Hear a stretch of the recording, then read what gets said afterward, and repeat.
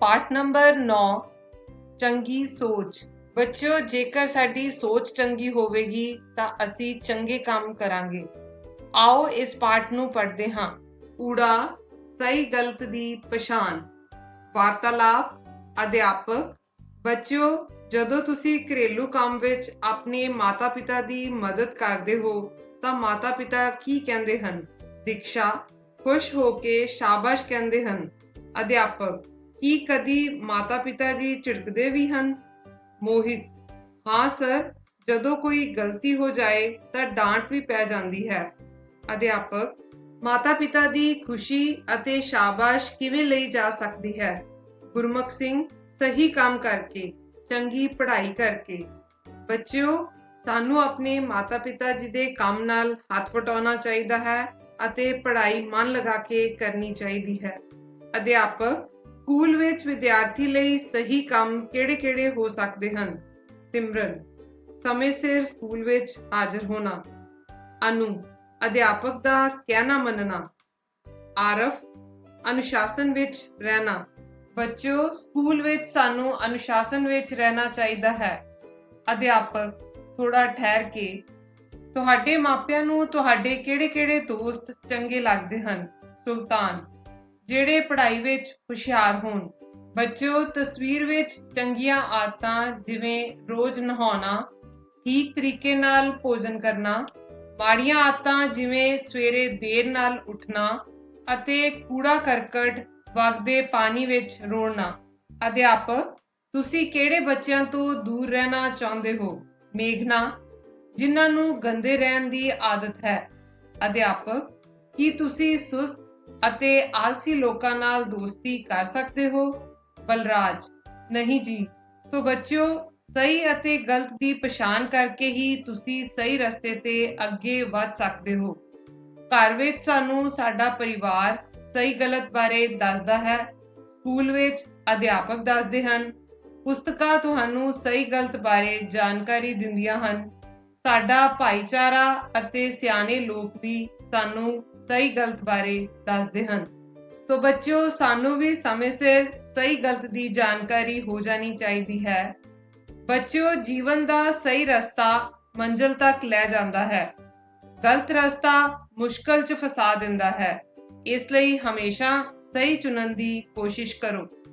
ਸਹੀ ਚੋਣ ਟਿਕ ਕਰੋ।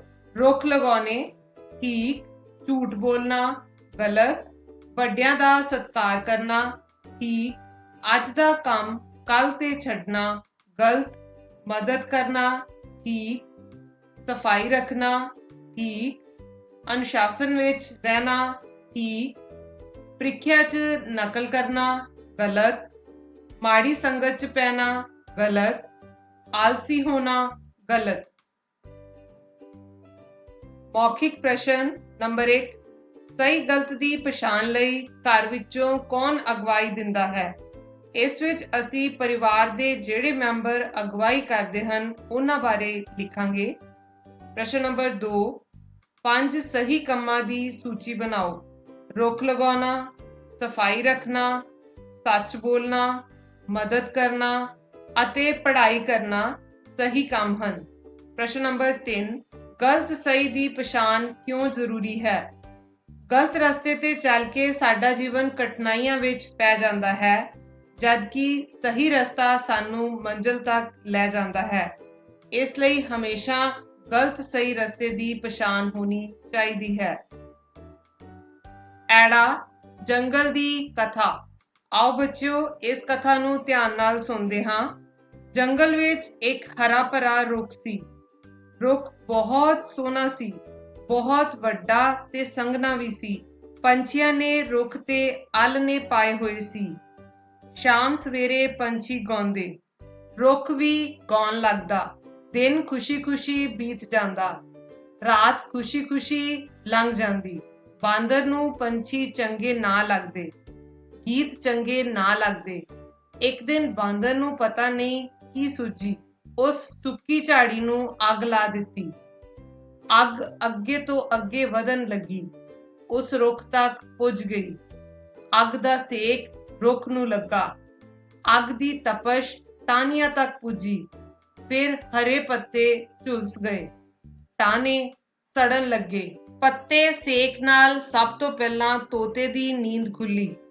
ਉਸਨੇ ਰੌਲਾ ਪਾਇਆ। ਫਿਰ ਕਾਂ ਵੀ ਉੱਠ ਪਏ, ਕਬੂਤਰ ਵੀ ਜਾਗ ਗਏ, ਘੁੱਗੀਆਂ ਵੀ ਘਬਰਾ ਗਈਆਂ। ਚਾਰੇ ਪਾਸੇ ਅੱਗ ਸੀ, ਚਾਰੇ ਪਾਸੇ ਤਪਸ਼ ਸੀ, ਅੱਗ ਦਾ ਸੇਕ ਸੀ। ਕਾਲੀ ਚਿੜੀ ਤਾਂ ਰੋਣ ਲੱਗ ਪਈ। ਉਹ ਸਭ ਤੋਂ ਛੋਟੀ ਸੀ, ਉਹ ਬਹੁਤ ਡਰ ਗਈ ਸੀ। ਸਭ ਤੋਂ ਪਹਿਲੀ ਉਡਾਰੀ ਤੋਤਿਆਂ ਭਰੀ। ਫਿਰ ਕਾਂ ਵੀ ਕਾਂ-ਕਾਂ ਕਰਦੇ ਉੱਡ ਗਏ, ਕਬੂਤਰ ਵੀ ਚਲੇ ਗਏ ਤੇ ਘੁੱਗੀਆਂ ਵੀ ਉੱਡ ਗਈਆਂ। ਉਹਨਾਂ ਨੇ ਚਿੜੀ ਨੂੰ ਵੀ ਉੱਡਣ ਲਈ ਕਿਹਾ, ਪਰ ਚਿੜੀ ਨੇ ਕਿਹਾ ਕਿ ਮੈਂ ਰੁੱਖ ਨੂੰ ਨਹੀਂ ਛੱਡ ਸਕਦੀ। ਇਹ ਮੇਰਾ ਦੋਸਤ ਹੈ, ਇਹ ਤੁਹਾਡਾ ਵੀ ਦੋਸਤ ਹੈ। ਪਰ ਕਿਸੇ ਵੀ ਪੰਛੀ ਨੇ ਉਸ ਦੀ ਗੱਲ ਨਾ ਸੁਣੀ। ਫਿਰ ਉਹ ਨਦੀ ਤੇ ਗਈ, ਪਾਣੀ ਦੀ ਚੁੰਝ ਭਰੀ, ਸੜਦੇ ਹੋਏ ਰੁੱਖ ਤੇ ਪਾ ਦਿੱਤੀ। ਚਿੜੀ ਨੂੰ ਇੱਕ ਬੰਦੇ ਨੇ ਦੇਖਿਆ। ਬੰਦਾ ਖੁਸ਼ ਹੋਇਆ। ਉਸਨੇ ਆਪਣੇ ਹੋਰ ਸਾਥੀਆਂ ਨੂੰ ਮਦਦ ਲਈ ਸੱਦਿਆ। ਸਾਰਿਆਂ ਨੇ ਅੱਗ ਤੇ ਪਾਣੀ ਪਾਇਆ, ਅੱਗ ਬੁਝ ਗਈ। ਰੁੱਖ ਨੇ ਕਾਲੀ ਚਿੜੀ ਦਾ ਧੰਨਵਾਦ ਕੀਤਾ, ਬੰਦਿਆਂ ਦਾ ਧੰਨਵਾਦ ਕੀਤਾ। ਉਸ ਚਿੜੀ ਤੇ ਇੱਕ ਕਵੀ ਨੇ ਕਵਿਤਾ ਵੀ ਲਿਖੀ ਹੈ। ਬੱਚਿਓ, ਸੁਰਜੀਤ ਪਾਤਰ ਜੀ ਦੀ ਇਸ ਬਾਰੇ ਕਵਿਤਾ ਤੁਸੀਂ ਪੜ੍ਹ ਸਕਦੇ ਹੋ। ਰੁੱਖ ਨੂੰ ਜਦ ਅੱਗ ਲੱਗੀ, ਕੁੱਲ ਪਰਿੰਦੇ ਉੱਡ ਗਏ, ਉੱਡਣਾ ਹੀ ਸੀ। ਇੱਕ ਚਿੜੀ ਪਰ ਜਾਂਦੀ ਜਾਂਦੀ ਮੁੜ ਪਈ।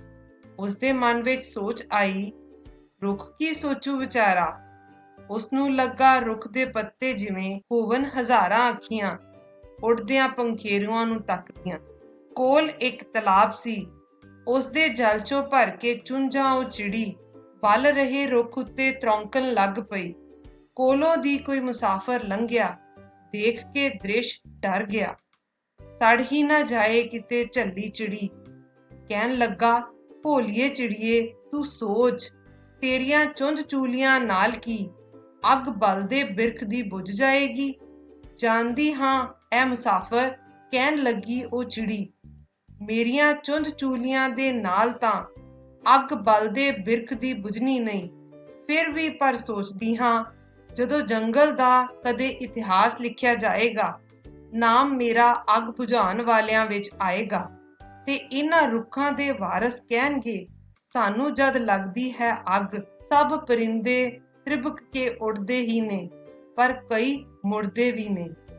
ਗੱਲ ਸੁਣ ਕੇ ਚਿੜੀ ਦੀ ਰਾਹਗੀਰ ਵੀ ਲੱਗ ਪਿਆ ਉਸ ਰੁੱਖ ਉੱਤੇ ਪਾਣੀ ਸੁੱਟਣ। ਹੋਰ ਤੇ ਇੱਕ ਹੋਰ ਤੇ ਇੱਕ ਹੋਰ ਰਾਹੀ ਆ ਗਿਆ ਤੇ ਪਰਿੰਦੇ ਵੀ ਹਜ਼ਾਰਾਂ ਪਰਤ ਆਏ, ਚੁੰਝਾਂ ਦੇ ਵਿੱਚ ਨੀਰ ਭਰ ਕੇ। ਆਖਦੇ ਨੇ, ਬੁਝ ਗਈ ਸੀ ਅੱਗ ਬਲਦੇ ਬਿਰਖ ਦੀ, ਤੇ ਕਿਸੇ ਅਗਲੀ ਬਹਾਰ ਰੁੱਖ ਦੇ ਝੁਲਸੇ ਤਨੇ ਚੋਂ ਫੁੱਟ ਆਏ ਸੀ ਹਰੇ ਪੱਤੇ ਮਹੀਨ, ਜਿਸ ਤਰ੍ਹਾਂ ਕਿ ਹਰੇ ਅੱਖਰ ਹੋਣ ਕਾਲੇ ਸਫ਼ੇ ਤੇ। ਰੁੱਖ ਉਹ ਇੱਕ ਆਸ ਤੇ ਧਰਵਾਸ ਦੀ, ਕੋਸ਼ਿਸ਼ ਅਤੇ ਵਿਸ਼ਵਾਸ ਦੀ ਨਜ਼ਮ ਵਰਗਾ ਹੋ ਗਿਆ ਸੀ। ਮੇਰੀ ਮਾਂ ਨੇ ਇਹ ਸੁਣਾਈ ਸੀ ਕਹਾਣੀ ਤੇ ਕਿਹਾ ਸੀ, ਇਹ ਕਦੀ ਨਾ ਸਮਝੀ ਕਿ ਲਿੱਸਾ ਏ ਤੂੰ, ਇਹ ਕਦੀ ਨਾ ਸੋਚੀ ਕਿ ਕੱਲਾ ਏ ਤੂੰ। ਰੁੱਖ ਨੂੰ ਜਦ ਅੱਗ ਲੱਗੇ ਉੜ ਪਵੀਂ, ਪਰ ਮੁੜ ਪਵੀਂ, ਚੁੰਝ ਦੇ ਵਿੱਚ ਨੀਰ ਭਰ ਕੇ ਉਸ ਚਿੜੀ ਨੂੰ ਯਾਦ ਕਰਕੇ। ਮੌਖਿਕ ਪ੍ਰਸ਼ਨ। ਪ੍ਰਸ਼ਨ ਨੰਬਰ 1, ਪੰਛੀ ਕਿੱਥੇ ਰਹਿੰਦੇ ਸਨ? ਪੰਛੀ ਜੰਗਲ ਵਿੱਚ ਇੱਕ ਹਰੇ ਭਰੇ ਰੁੱਖ ਤੇ ਰਹਿੰਦੇ ਸਨ। ਪ੍ਰਸ਼ਨ ਨੰਬਰ 2, ਅੱਗ ਕਿਸ ਨੇ ਲਗਾਈ ਸੀ? ਅੱਗ ਬਾਂਦਰ ਨੇ ਲਗਾਈ ਸੀ। ਪ੍ਰਸ਼ਨ ਨੰਬਰ 3, ਅੱਗ ਲੱਗਣ ਬਾਅਦ ਪੰਛੀਆਂ ਨੇ ਕੀ ਕੀਤਾ? ਅੱਗ ਲੱਗਣ ਤੋਂ ਬਾਅਦ ਪੰਛੀ ਉੱਡ ਗਏ। ਪ੍ਰਸ਼ਨ ਨੰਬਰ 4, ਕਿਹੜੇ-ਕਿਹੜੇ ਪੰਛੀ ਉੱਡ ਗਏ? ਤੋਤੇ, ਕਾਂ, ਕਬੂਤਰ ਤੇ ਘੁੱਗੀਆਂ ਉੱਡ ਗਏ। ਪ੍ਰਸ਼ਨ ਨੰਬਰ 5, ਚਿੜੀ ਨੇ ਰੁੱਖ ਨੂੰ ਕਿਉਂ ਨਾ ਛੱਡਿਆ? ਕਿਉਂਕਿ ਰੁੱਖ ਚਿੜੀ ਦਾ ਦੋਸਤ ਸੀ। ਈੜੀ ਭਿਖਾਰੀ ਦੀ ਕਥਾ। ਆਓ ਬੱਚਿਓ, ਇਸ ਕਹਾਣੀ ਨੂੰ ਸੁਣਦੇ ਹਾਂ।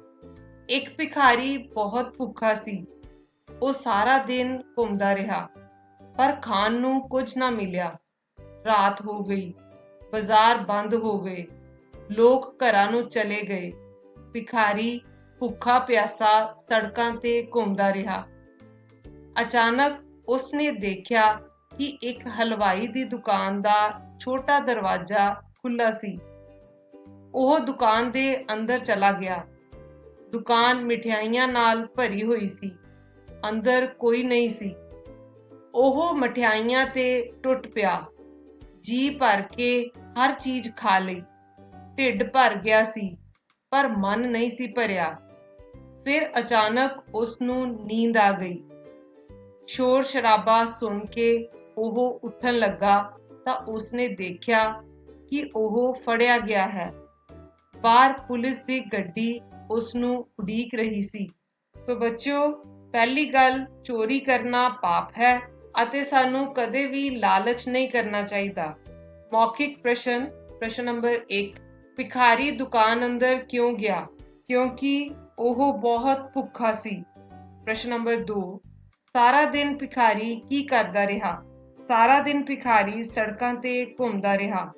ਪ੍ਰਸ਼ਨ ਨੰਬਰ 3, ਭਿਖਾਰੀ ਹਲਵਾਈ ਦੀ ਦੁਕਾਨ ਵਿੱਚ ਕਿਵੇਂ ਦਾਖਲ ਹੋਇਆ? ਦੁਕਾਨ ਦਾ ਛੋਟਾ ਦਰਵਾਜ਼ਾ ਖੁੱਲ੍ਹਾ ਸੀ। ਉਸ ਰਾਹੀਂ ਭਿਖਾਰੀ ਦੁਕਾਨ ਅੰਦਰ ਦਾਖਲ ਹੋ ਗਿਆ। ਪ੍ਰਸ਼ਨ ਨੰਬਰ 4, ਭਿਖਾਰੀ ਨੂੰ ਨੀਂਦ ਕਿਉਂ ਆਈ? ਕਿਉਂਕਿ ਭਿਖਾਰੀ ਨੇ ਬਹੁਤ ਜ਼ਿਆਦਾ ਢਿੱਡ ਭਰ ਖਾ ਲਿਆ ਸੀ। ਪ੍ਰਸ਼ਨ ਨੰਬਰ 5, ਹਲਵਾਈ ਨੇ ਪੁਲਿਸ ਕਿਉਂ ਬੁਲਾਈ? ਕਿਉਂਕਿ ਭਿਖਾਰੀ ਨੇ ਦੁਕਾਨ ਵਿੱਚੋਂ ਚੋਰੀ ਮਠਿਆਈ ਖਾਧੀ ਸੀ। ਸਹੀ ਚੋਣ ਟਿਕ ਕਰੋ। ਪ੍ਰਸ਼ਨ, ਭਿਖਾਰੀ ਨੇ ਕਿਹੜੀ ਗਲਤੀ ਕੀਤੀ? ਭੀਖ ਮੰਗਣ ਦੀ, ਦੁਕਾਨ ਅੰਦਰ ਸੌਣ ਦੀ, ਚੋਰੀ ਕਰਨ ਦੀ, ਮਠਿਆਈ ਵੱਧ ਖਾਣ ਦੀ। ਪ੍ਰਸ਼ਨ, ਚੋਰੀ ਕਰਨਾ ਬੁਰੀ ਗੱਲ ਹੈ। 2 ਸਤਰਾਂ ਲਿਖੋ। ਕਾਮਚੋਰ ਵਿਅਕਤੀ ਹੀ ਚੋਰੀ ਕਰਦੇ ਹਨ। ਚੋਰੀ ਕਰਨ ਵਾਲੇ ਦੀ ਸਮਾਜ ਵਿੱਚ ਇੱਜ਼ਤ ਨਹੀਂ ਹੁੰਦੀ, ਨਾ ਹੀ ਕੋਈ ਉਸ ਉੱਤੇ ਵਿਸ਼ਵਾਸ ਕਰਦਾ ਹੈ। ਇਸ ਤਰ੍ਹਾਂ ਦੀਆਂ ਹੋਰ ਵੀਡੀਓਜ਼ ਲਈ ਲਾਈਕ ਅਤੇ ਸਬਸਕ੍ਰਾਈਬ ਜ਼ਰੂਰ ਕਰੋ। ਧੰਨਵਾਦ।